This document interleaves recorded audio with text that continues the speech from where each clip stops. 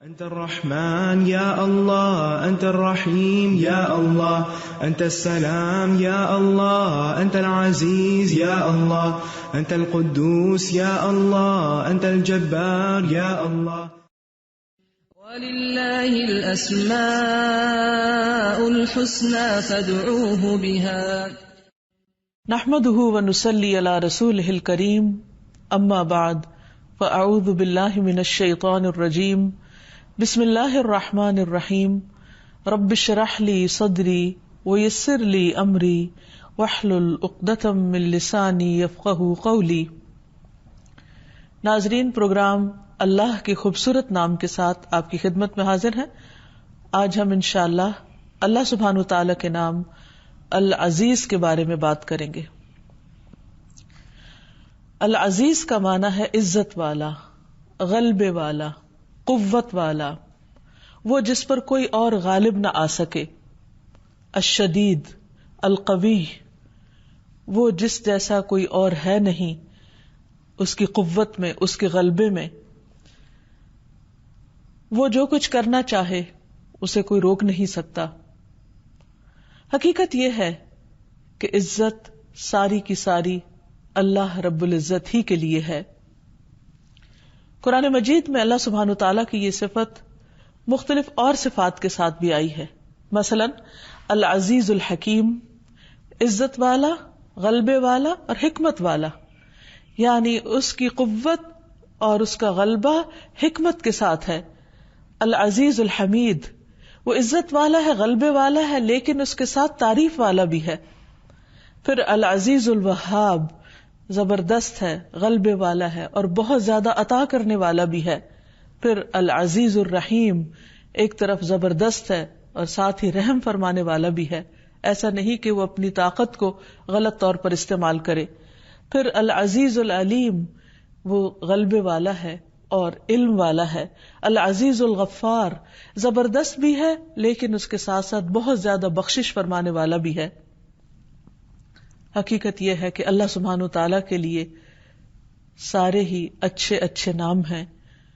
ہمیں اسے ان ناموں کے ساتھ یاد رکھنا چاہیے، اسے پکارنا چاہیے. اور جہاں تک العزیز کا تعلق ہے، جس سے لفظ عزت بھی ہے، تو عزت ساری کی ساری اللہ تعالیٰ کے لیے ہے. قرآن مجید میں آتا ہے من کان یرید العزت فللہ العزت جمیعا، جو شخص عزت چاہتا ہو تو عزت ساری اللہ سبحانہ تعالیٰ کے لیے ہے. ایک اور جگہ پر آتا ہے سبحان ربک رب العزت عما یصفون، پاک ہے تیرا رب جو عزت کا رب ہے ان سب باتوں سے جو وہ بیان کرتے ہیں.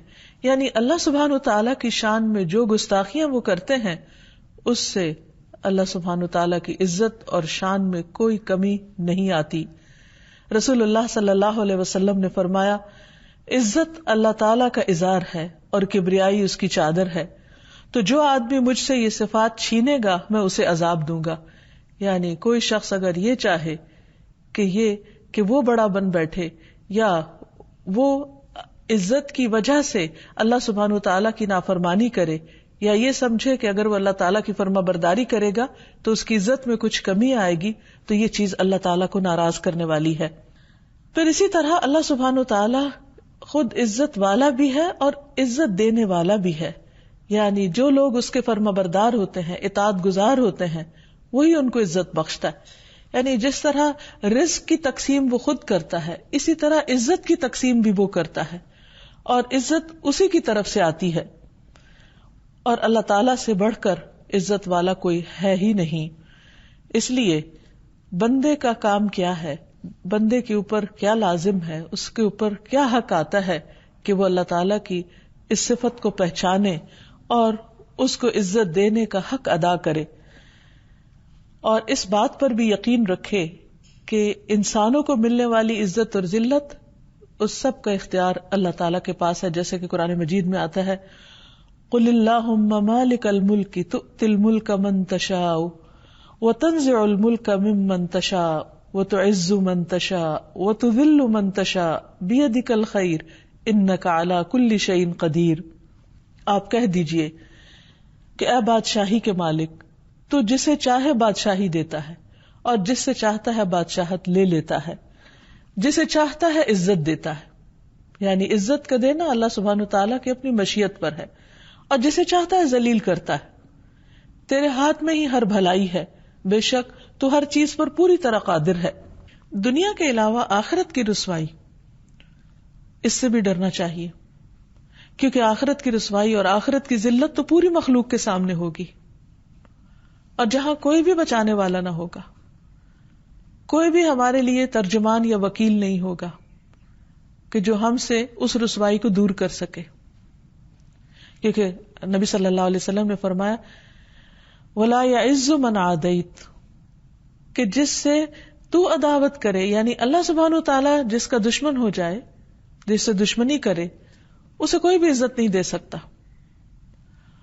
اور ظاہر ہے وہ اپنے دوستوں سے تو دشمنی نہیں رکھے گا، عداوت نہیں رکھے گا. وہ عداوت کس کے لیے ہوگی؟ جو اللہ سبحانہ وتعالیٰ سے، اس کے پیغمبر سے، اس کے دین سے، اس کے کلام سے عداوت رکھنے والے ہیں. یعنی انسان کی اصل عزت اللہ کی فرما برداری میں ہے، اللہ کی اطاعت میں ہے، اللہ کی دوستی میں ہے. اور پھر اللہ سبحانہ وتعالیٰ جس بندے کو عزت دیتا ہے اور جس سے محبت کرتا ہے تو جبریل کو پکارتا ہے آسمان میں اور اس کو بتاتا ہے کہ میں فلاں بندے سے محبت کرتا ہوں، تم بھی اس سے محبت کرو. تو جبریل علیہ السلام اس سے محبت کرنے لگتے ہیں. پھر وہ آسمان والوں میں پکارتے ہیں کہ اللہ تعالیٰ فلاں بندے سے محبت کرتے ہیں، تم بھی اس سے محبت کرو. تو آسمان والے اس سے محبت کرنے لگتے ہیں، اس کی عزت کرنے لگتے ہیں، اور اس طرح وہ محبت اور عزت دنیا میں اتار دی جاتی ہے. تو حقیقت یہ ہے کہ تقسیم اللہ تعالیٰ ہی کی ہے، جس کے ساتھ جیسا چاہے معاملہ کرے، لیکن یہ یاد رہے کہ اس کا یہ معاملہ حکمت پر مبنی ہے. ایسا نہیں کہ وہ اپنے اس اختیار کو بندوں کے اوپر ظلم کرنے کے لیے استعمال کرے. چونکہ اللہ سبحانہ وتعالیٰ ہی عزت دینے والا ہے، تو اس لیے ہر انسان کو عزت پیاری ہوتی ہے اور ہر انسان عزت کا طلبگار ہوتا ہے. تو ہمیں یہ جاننا ضروری ہے کہ اللہ تعالیٰ کس کس کو عزت دیتا ہے، اور اگر انسان اللہ سے عزت چاہے تو وہ کون سے کام کرے کہ جس سے عزت ملے، اور کون سے کام ایسے ہیں جو اللہ سبحانہ وتعالیٰ کی طرف سے رسوائی کا باعث بنتے ہیں، تاکہ انسان ان کاموں کو چھوڑ دے. سب سے پہلی بات تو یہ کہ خود اسلام انسان کو عزت دیتا ہے. رسول اللہ صلی اللہ علیہ وسلم نے فرمایا یہ دین ہر اس جگہ تک پہنچ کر رہے گا جہاں تک دن اور رات کا سلسلہ جاری ہے، یعنی اس زمین یا اس گلوب کے ہر کونے تک. اللہ کوئی بھی کچا یا پکا گھر ایسا نہیں چھوڑے گا جہاں اس دین کو داخل نہ کر دے، یعنی ہر گھر میں اس کا پیغام پہنچ جائے گا، خواہ اسے عزت کے ساتھ قبول کر لیا جائے یا اسے رد کر کے ذلت قبول کر لی جائے. عزت تو اصل میں وہ ہوگی جو اللہ اسلام کے ذریعے عطا کرے گا، یعنی اللہ کی بات کو قبول کر کے انسان کو الٹیمیٹلی عزت ملے گی، اور ذلت وہ ہوگی جو انکار کر کے حاصل ہوگی. تمیم داری کہتے ہیں کہ مجھے یہ بات اپنے گھر والوں میں نظر آ گئی کہ ان میں سے جو مسلمان ہو گیا اسے خیر، بھلائی اور شرافت نصیب ہوئی، اور ان میں سے جس نے انکار کیا اس کے حصے میں رسوائی اور جزیہ آیا. پھر یہ کہ اصل عزت اللہ کی اطاعت میں ہے، خواہ بظاہر وقتی طور پر دنیا میں لوگ اس انسان کی عزت نہ بھی کریں، لیکن حقیقت یہ ہے کہ وہ اللہ تعالیٰ کی نگاہوں میں بہت معزز اور مکرم ہوتا ہے. اللہ سبحانہ وتعالیٰ اپنے بندوں کو اپنے کلام کے ذریعے، اپنی کتاب کے ذریعے عزت عطا کرتے ہیں، جیسا کہ ایک حدیث میں آتا ہے کہ اللہ تعالیٰ اس کتاب کے ذریعے بہت سی قوموں کو اوپر اٹھاتے ہیں اور بہت سی قوموں کو ذلیل کر دیتے ہیں. جیسے علامہ اقبال نے بھی کہا تھا کہ وہ معزز تھے زمانے میں مسلمان ہو کر، اور تم خوار ہوئے تارک قرآن ہو کر، کہ تم نے قرآن کو چھوڑ دیا تو تم ذلیل و رسوا ہو گئے. کہ جب تک مسلمان اس کتاب کو تھامے ہوئے تھے اور اللہ تعالیٰ کے احکامات کی پیروی کرنے والے تھے تو اللہ تعالیٰ نے دنیا میں بھی ان کو عزت عطا کی، اور جب وہ صرف نام کے مسلمان رہ گئے اور ان کے کام اسلام کے خلاف ہونے لگے تو دنیا کی عزت بھی جاتی رہی. عامر بن واصلہ کہتے ہیں کہ نافع بن حارث نے عمر رضی اللہ عنہ سے عصفان میں ملاقات کی تو عمر رضی اللہ عنہ نے انہیں مکہ کا امیر مقرر کرنے کا حکم دیا ہوا تھا، عمر نے پوچھا تم نے مکہ میں کس کو امیر بنایا؟ انہوں نے عرض کیا ابن ابزہ کو۔ آپ نے پوچھا ابزہ کون ہے؟ اس نے جواب میں کہا ہمارے غلاموں میں سے ایک غلام ہے۔ پوچھا تم نے غلام کو ان کا امیر بنا دیا؟ اس نے کہا ہاں، وہ اللہ کی کتاب کا پڑھنے والا ہے اور اس کے فرائض کا عالم بھی ہے۔ عمر رضی اللہ عنہ نے فرمایا تمہارے نبی نے فرمایا تھا کہ اللہ تعالیٰ اس کتاب کے ذریعے لوگوں کو بلندی عطا کرتا ہے اور اس کتاب کے ذریعے لوگوں کو پست اور ذلیل کرتا ہے، یعنی کہ بڑے بڑے قبائل سے تعلق رکھنے والے اور بڑے بڑے معزز اور شرفاء جو ہیں، آج ان کے پاس وہ عزت نہیں جو ایک غلام کو اللہ تعالیٰ نے اس کتاب کی وجہ سے عطا کی۔ اور ویسے بھی نبی صلی اللہ علیہ وسلم کا فرمان ہے خیرکم من تعلم القرآن وعلمہ، تم میں بہترین ہے وہ جو قرآن سیکھیں اور سکھائیں۔ پھر اسی طرح عام حالات میں لوگوں کے ساتھ معاملہ کرنے میں بعض اوقات انسان یہ سمجھتا ہے کہ اگر وہ قوت کے ساتھ، شدت کے ساتھ اور زیادتی کے ساتھ معاملہ کرے گا تو شاید اس سے ڈر کر اور اس کے روب کی وجہ سے لوگ اس کی عزت کریں گے، لیکن حقیقت یہ ہے کہ اصل عزت دلوں میں ہوتی ہے، صرف ظاہری عزت نہیں ہوتی۔ مثلا کوئی انسان کسی دوسرے کے ساتھ ظلم زیادتی کر کے وقتی طور پر اپنی عزت کروا سکتا ہے، لیکن اس کا دل نہیں جیت سکتا، اس کے دل میں اس کی قدر نہیں ہو سکتی۔ اسی لیے جو شخص اللہ کی خاطر کسی کو معاف کر دیتا ہے، اللہ کی خاطر جھک جاتا ہے، اللہ تعالیٰ اس کو بلندی عطا کرتے ہیں، عزت عطا کرتے ہیں۔ رسول اللہ صلی اللہ علیہ وسلم نے فرمایا، اللہ تعالیٰ فرماتے ہیں جو شخص میرے لیے اتنا سا جھکتا ہے، اور راوی نے اپنا ہاتھ زمین کے نیچے کیا، نہیں بالکل تھوڑا سا، تو میں اسے اتنا بلند کر دیتا ہوں۔ پھر راوی نے اپنا ہاتھ آسمان کی طرف اٹھایا کہ جو شخص اللہ کی خاطر جھک جائے، یعنی اللہ کا حکم سامنے آتے ہی لبیک کہہ دے، سر تسلیم خم کر دے، سمعنا و اطعنا کر دے، اور اپنی انا اور اپنی رائے اور اپنے خیال کو پیچھے کر دے، تو اللہ سبحانہ و تعالیٰ اس کو عزت عطا کرتے ہیں۔ پھر اسی طرح اگر کبھی انسان کے ساتھ زیادتی بھی ہو رہی ہو، لیکن اس موقع پر اگر وہ صرف اللہ کی خاطر خاموش رہتا ہے اور جواباً کوئی ظلم اور زیادتی نہیں کرتا، تو ایسے شخص کو بھی اللہ تعالیٰ عزت عطا فرماتے ہیں۔ اس کے برعکس اللہ سبحانہ و تعالیٰ ان لوگوں کو ذلت عطا کرتے ہیں کہ جو اللہ تعالیٰ کی نافرمانی کرتے ہیں، جیسے کہ قرآن مجید میں آتا ہے وَلِيُخْزِيَ الْفَاسِقِينَ، تاکہ اللہ فاسقوں کو رسوا کر دے۔ پھر اسی طرح قرآن مجید میں واضح طور پر یہ بات آتی ہے کہ جو لوگ اللہ سبحانہ و تعالیٰ کی کتاب کو پورے کا پورا نہیں لیتے، یا اس پر ایمان نہیں رکھتے، یا اس کے بعض حصے کو لیتے ہیں اور بعض کا انکار کرتے ہیں، ان کے لیے بھی رسوائی ہے۔ سورۃ البقرہ میں اللہ تعالیٰ فرماتے ہیں افتؤمنون ببعض الکتاب وتکفرون ببعض فما جزاء من يفعل ذلك منكم الا خزي في الحياة الدنيا ويوم القيامة يردون الى اشد العذاب وما الله بغافل عما تعملون۔ کیا تم کتاب کے بعض احکام کو مانتے ہو اور بعض کا انکار کرتے ہو؟ یعنی کچھ کو مانتے اور کچھ کو نہیں مانتے؟ بھلا جو لوگ ایسے کام کریں ان کی سزا اس کے سوا کیا ہو سکتی ہے کہ دنیا میں ذلیل و خوار ہوں اور قیامت کے دن وہ سخت عذاب کی طرف دھکیل دیے جائیں، اور جو کچھ تم کرتے ہو اللہ اس سے بے خبر نہیں ہے۔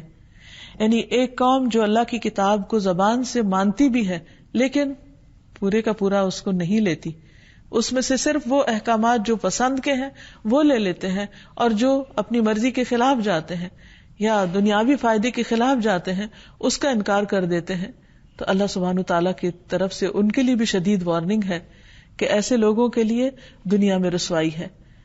یہ بات عام مشاہدے کی ہے کہ یہ چیز بہت زور پکڑتی جا رہی ہے کہ قرآن مجید کے معاملے میں ہمارا معاملہ بہت تساہل کا ہو گیا، اس میں سے کچھ چیزیں اپنی مرضی کی لے لیتے ہیں اور کچھ چھوڑ دیتے ہیں۔ مثلا بعض لوگ نماز کی پابندی کرتے ہیں لیکن زکوٰۃ نہیں دیتے، بعض لوگ نماز اور زکوٰۃ کی پابندی کر لیتے ہیں لیکن حج کو اپنے لیے لازم نہیں سمجھتے، کچھ لوگ ہر سال حج کر لیتے ہیں لیکن آ کر نماز کے فریضے کو ادا نہیں کرتے۔ اسی طرح کچھ لوگ یہ کہتے ہیں کہ قرآن ہی ہمارے لیے کافی ہے اور وہ سنت رسول صلی اللہ علیہ وسلم کی پیروی نہیں کرتے، حالانکہ قرآن مجید میں ہی اللہ سبحانہ وتعالی نبی صلی اللہ علیہ وسلم کی اطاعت کا حکم دیتے ہیں۔ وَمَن يُطِعِ الرَّسُولَ فَقَدْ أَطَاعَ اللَّهَ، جس نے رسول اللہ صلی اللہ علیہ وسلم کی اطاعت کی اس نے دراصل اللہ تعالیٰ کی اطاعت کی. ایک اور جگہ پر اللہ تعالیٰ فرماتے ہیں مَا آتَاكُمُ الرَّسُولُ فَخُذُوهُ، جو اللہ کے رسول تمہیں دیں اسے لے لو. وَمَا نَهَاكُمْ عَنْهُ فَانْتَهُوا، اور جس چیز سے وہ روکتے ہیں اس سے رک جاؤ.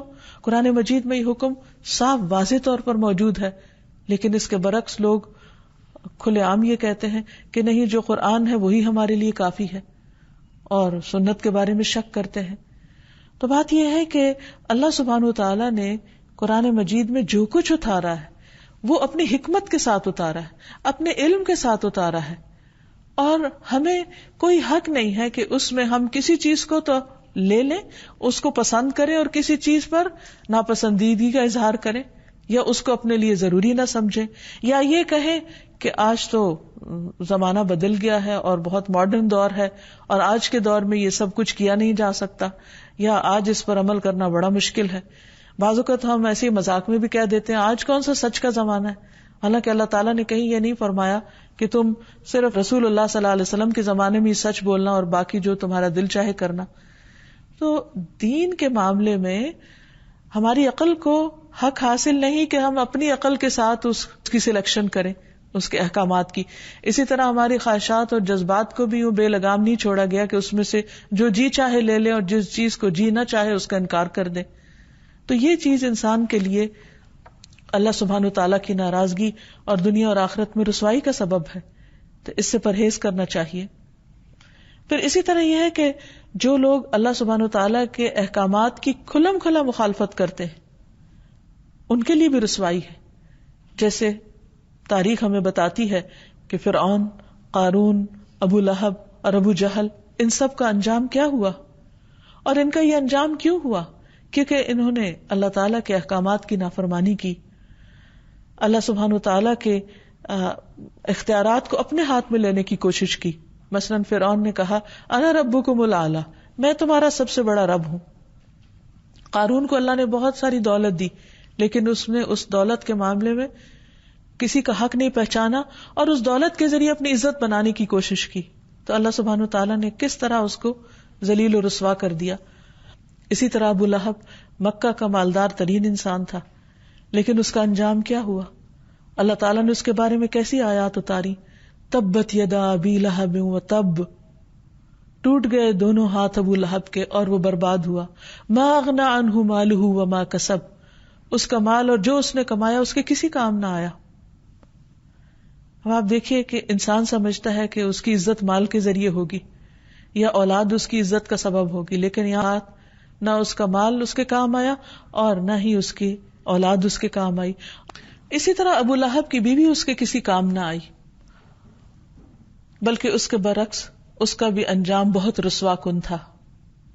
ابو جہل جو اصل میں ابو الحکم کہلاتا تھا کہ بہت حکمت والا اور بہت اختیارات والا، لیکن اس کا بھی انجام کیا ہوا. یہ ساری مثالیں ہمارے سامنے عبرت کے لیے ہیں تاکہ ہم اللہ کے ان نافرمانوں کی پیروی نہ کریں. فرعون کے پاس جتنا بھی اقتدار تھا لیکن اللہ کی نافرمانی کی وجہ سے رسوا ہوا، ڈوب کر مرا. قارون زمین میں دھنس کے مرا. ابو لہب کا انجام بہت برا ہوا، ابو جہل کا انجام بہت ذلت آمیز ہوا. تو یہ بات ہمیشہ یاد رہے کہ عزت اللہ کی اطاعت میں ہے، اللہ کی فرما برداری میں ہے، نافرمانی میں نہیں. خواہ کسی نافرمان انسان کے پاس دنیا بھر کی دولت ہو جیسے قارون کے پاس تھی، یا پھر فرعون جیسی اقتدار ہو، لیکن وہ ذلت اور رسوائی سے نہیں بچ سکتا اگر وہ اللہ کا نافرمان ہے. کرے ان کے لیے بھی رسوائی ہے. قرآن پاک میں اللہ تعالیٰ فرماتے ہیں وَمَنْ أَظْلَمُ مِمَّنْ مَنَعَ مَسَاجِدَ اللَّهِ أَنْ يُذْكَرَ فِيهَا اسْمُهُ وَسَعَى فِي خَرَابِهَا أُولَئِكَ مَا كَانَ لَهُمْ أَنْ يَدْخُلُوهَا إِلَّا خَائِفِينَ لَهُمْ فِي الدُّنْيَا خِزْيٌ وَلَهُمْ فِي الْآخِرَةِ عَذَابٌ عَظِيمٌ. اور اس شخص سے بڑا ظالم کون ہو سکتا ہے جو اللہ کی مسجدوں میں اس کا نام ذکر کرنے سے روکے، یعنی اللہ کے گھروں میں اللہ ہی کا نام بلند نہ ہونے دے اور اس کی خرابی کے درپے ہو. انہیں تو یہ چاہیے تھا کہ مسجدوں میں اللہ سے ڈرتے ہوئے داخل ہوتے. ایسے ہی لوگوں کے لیے دنیا میں رسوائی اور آخرت میں بہت بڑا عذاب ہے. پھر اسی طرح دین کے معاملے میں ناحق جھگڑے کرنے والا، ایسے شخص کے لیے بھی دنیا میں کوئی عزت نہیں. پھر اسی طرح دین کے معاملے میں ناحق جھگڑا کرنے والے کے لیے بھی رسوائی کی وعید ہے.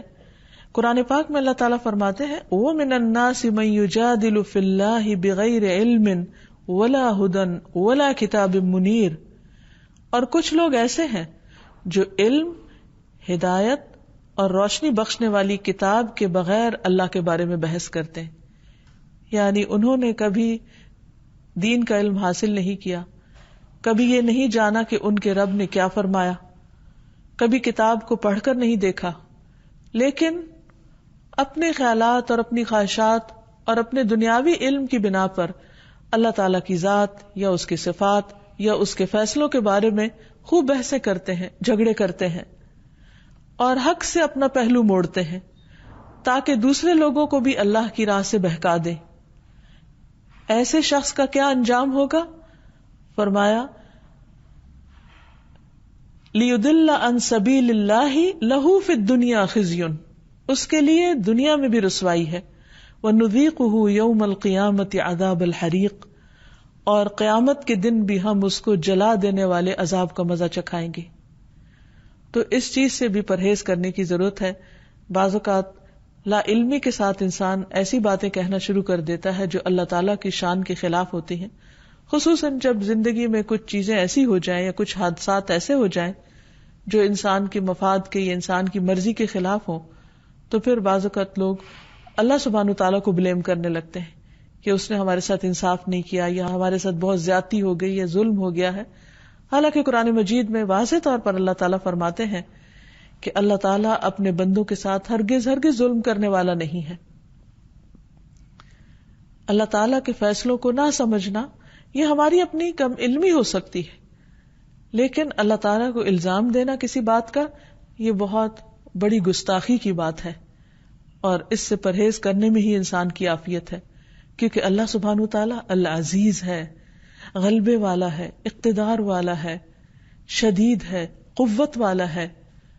کوئی اس کو ہرا نہیں سکتا، کوئی اس کا مقابلہ نہیں کر سکتا، کوئی اس کو نیچا نہیں دکھا سکتا.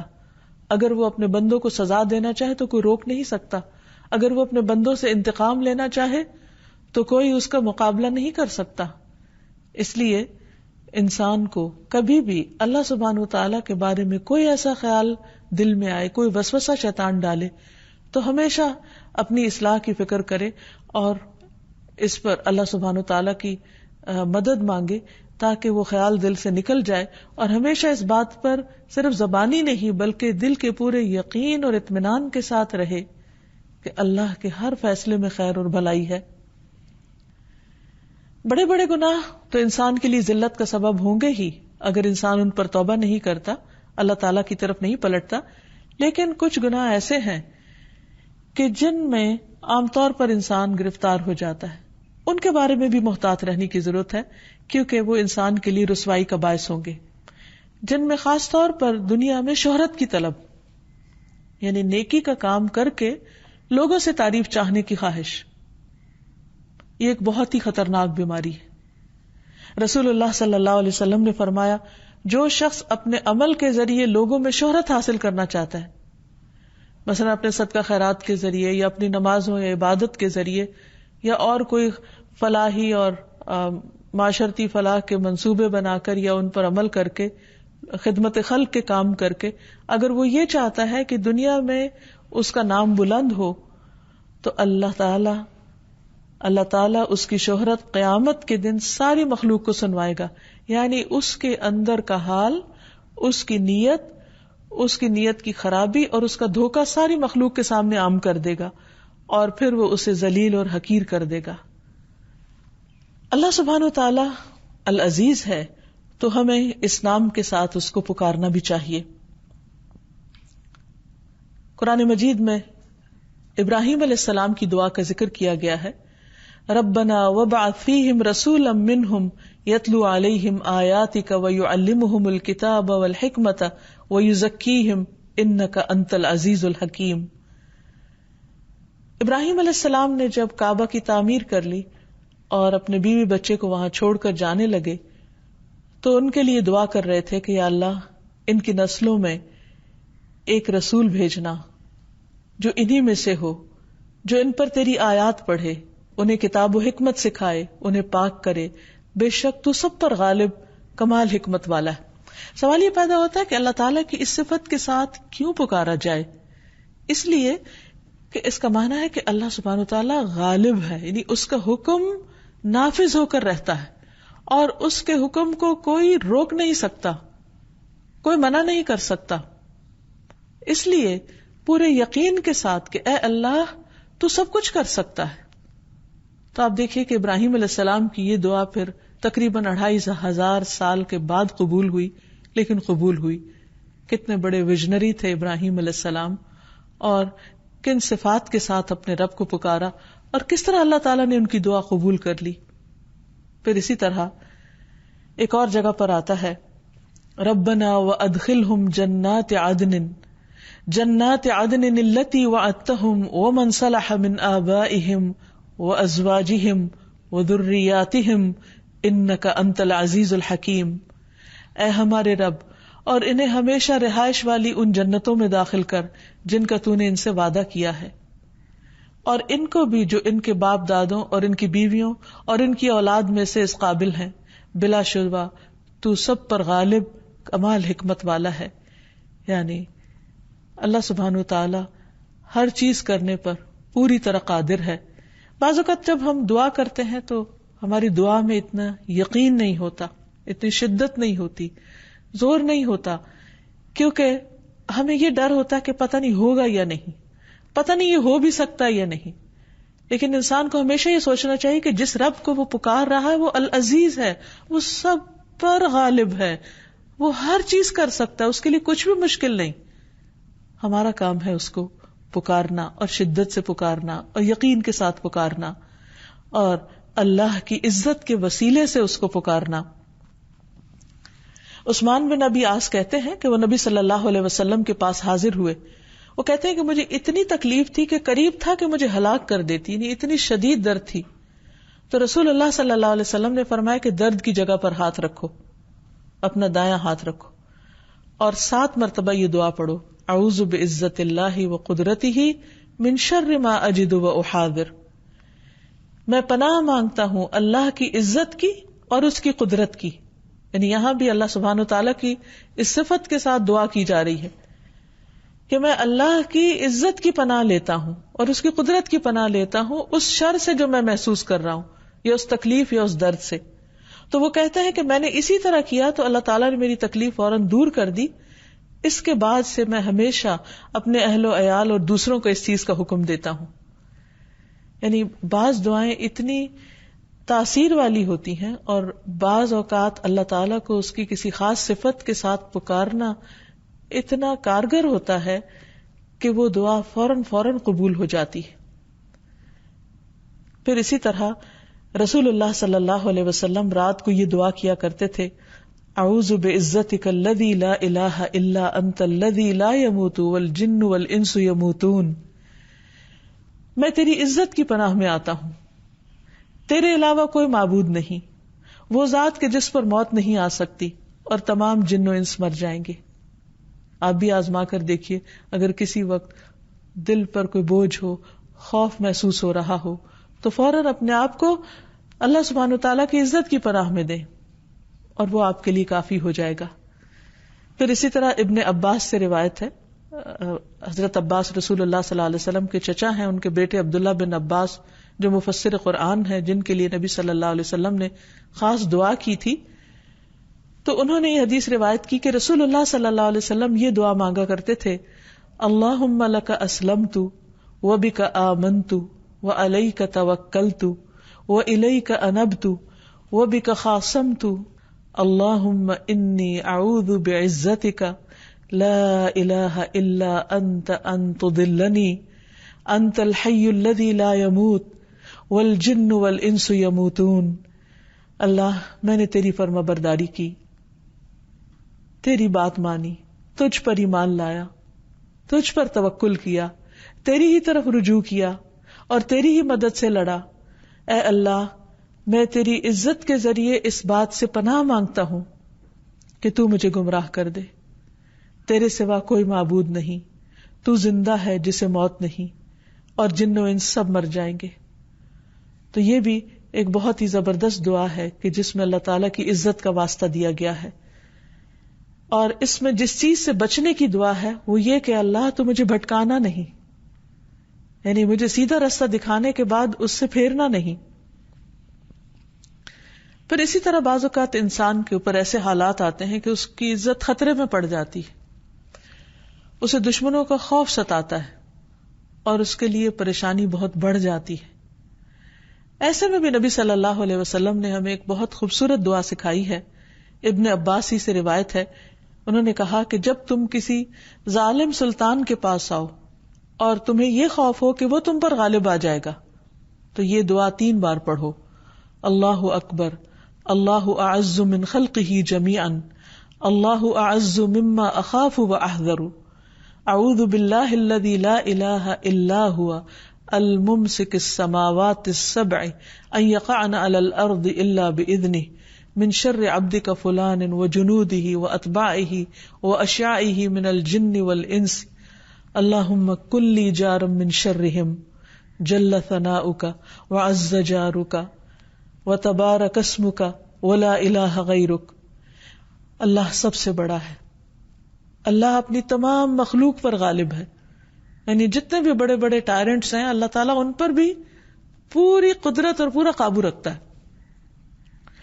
اللہ ان چیزوں سے کہیں زیادہ طاقتور ہے جن سے میں خوف کر رہا ہوں، جس سے میں ڈر رہا ہوں، اللہ تعالیٰ اس سے زیادہ طاقتور ہے جس کی میں پناہ لے رہا ہوں. اور میں اللہ کی پناہ میں آتا ہوں جس کے سوا کوئی معبود نہیں، 7 آسمانوں کو تھامنے والا. یعنی اللہ کی قوت کا اندازہ کیجئے کہ 7 آسمانوں کا تھامنے والا ہے کہ وہ زمین پر نہ گر جائیں مگر اس کی اجازت سے. تو اے اللہ جو اتنی طاقت، قدرت، ہیبت، جبروت والا ہے، میں تیری پناہ میں آتا ہوں. اے اللہ ان کے شر سے، فلاں بندے کے شر سے اور اس کے لشکروں اور اس کے پیروکاروں اور جنوں اور انسانوں میں سے اس کے ساتھیوں کے شر سے اے اللہ تو مجھے پناہ دے. اے اللہ ان کے شر سے میرے لیے پناہ بن جا. تیری تعریف بڑی شان والی ہے، تیری پناہ بہت مضبوط ہے، تیرا نام بہت بابرکت ہے اور تیرے سوا کوئی معبود نہیں.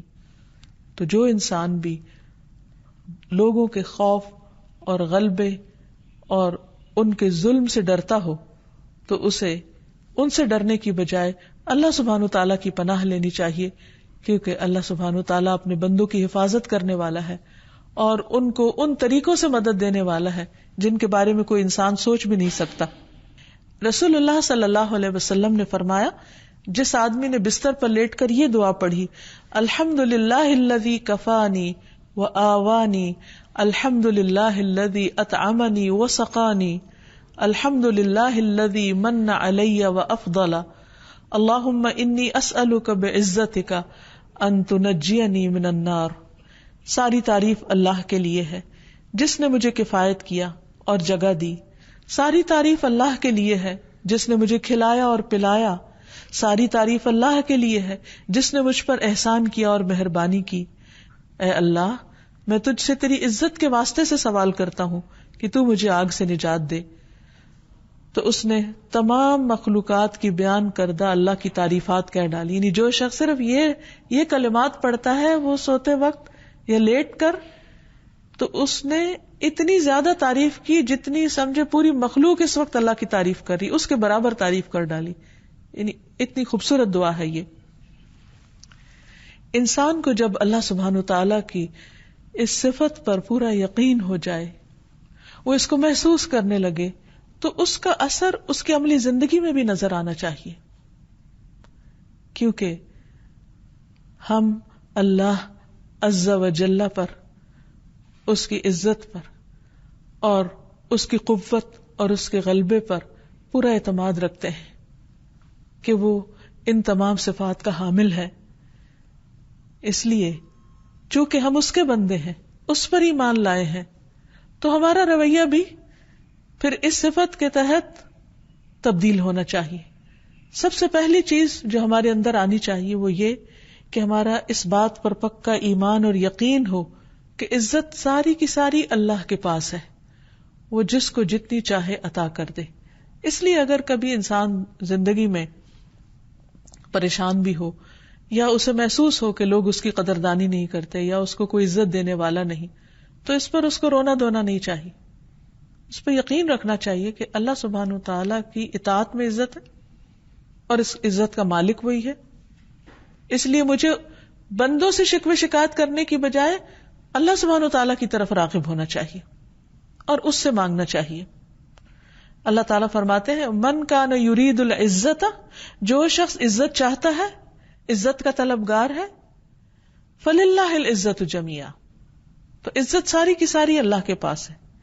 الیہ یصعد الکلم الطیب والعمل الصالح یرفعہ والذین یمکرون السیئات لہم عذاب شدید ومکر اولئک ھو یبور.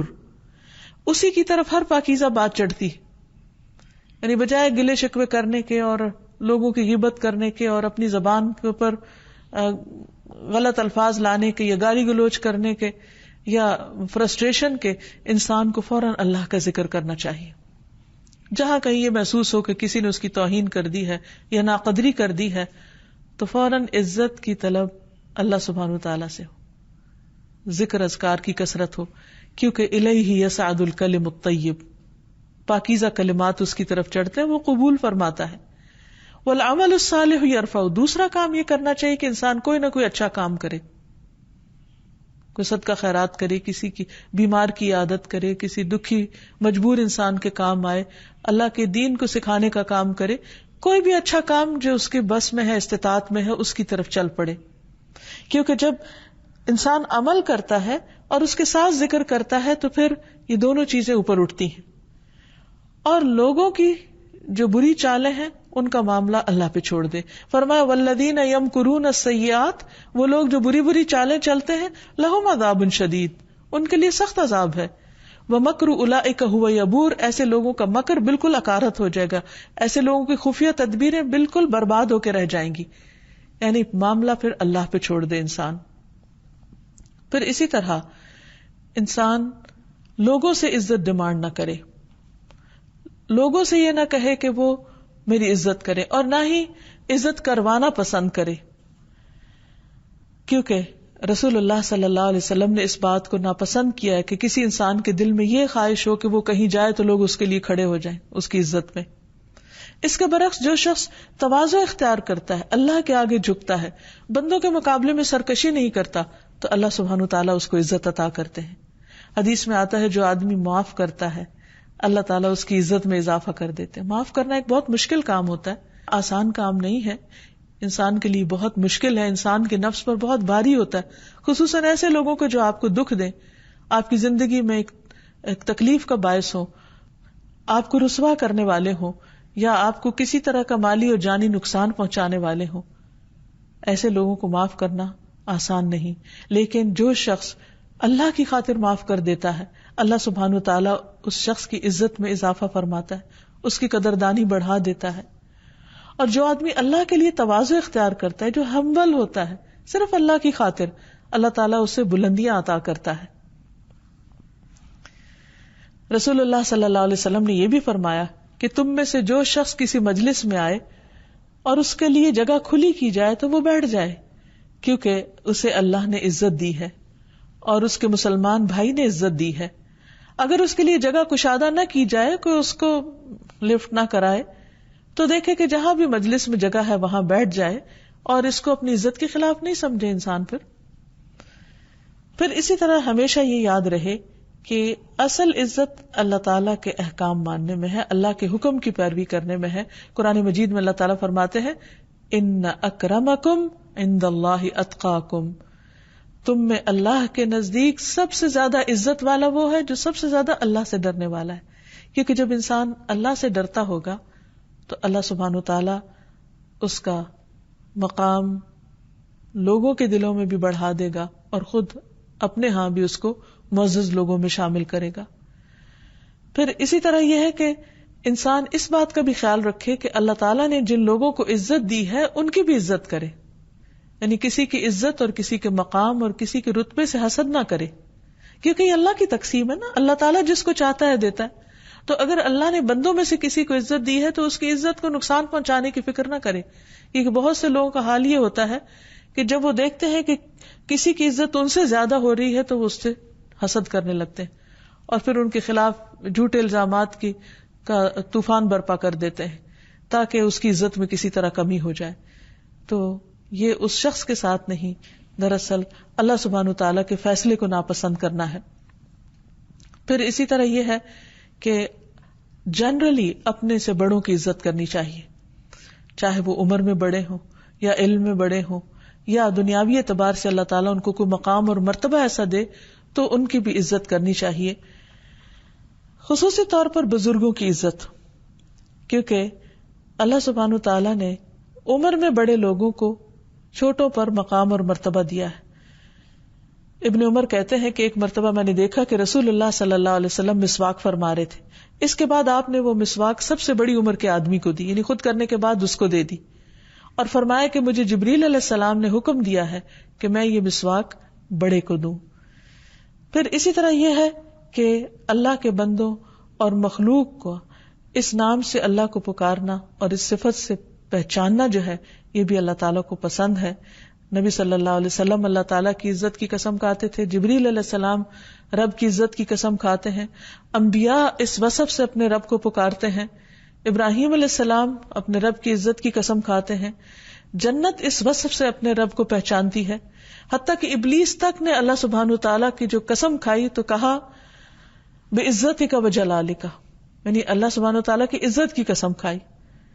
تو اللہ تعالیٰ ہمیں بھی اپنے اس نام کی بہترین پہچان کروا دے اور اللہ تعالیٰ اپنے رسول کی، اپنے کلام کی اور اپنے دین کی اور دین والوں کی عزت کی ہمیں توفیق عطا فرمائے. وآخر دعوانا ان الحمد للہ رب العالمین. أنت القاهر يا الله، أنت الحسيب يا الله، أنت الشافي يا الله، أنت المبين يا الله، أنت الوكيل يا الله، أنت القيوم يا الله، أنت المتين يا الله، أنت السبوح يا الله. لا إله إلا الله محمد رسول الله، لا إله إلا الله محمد رسول الله.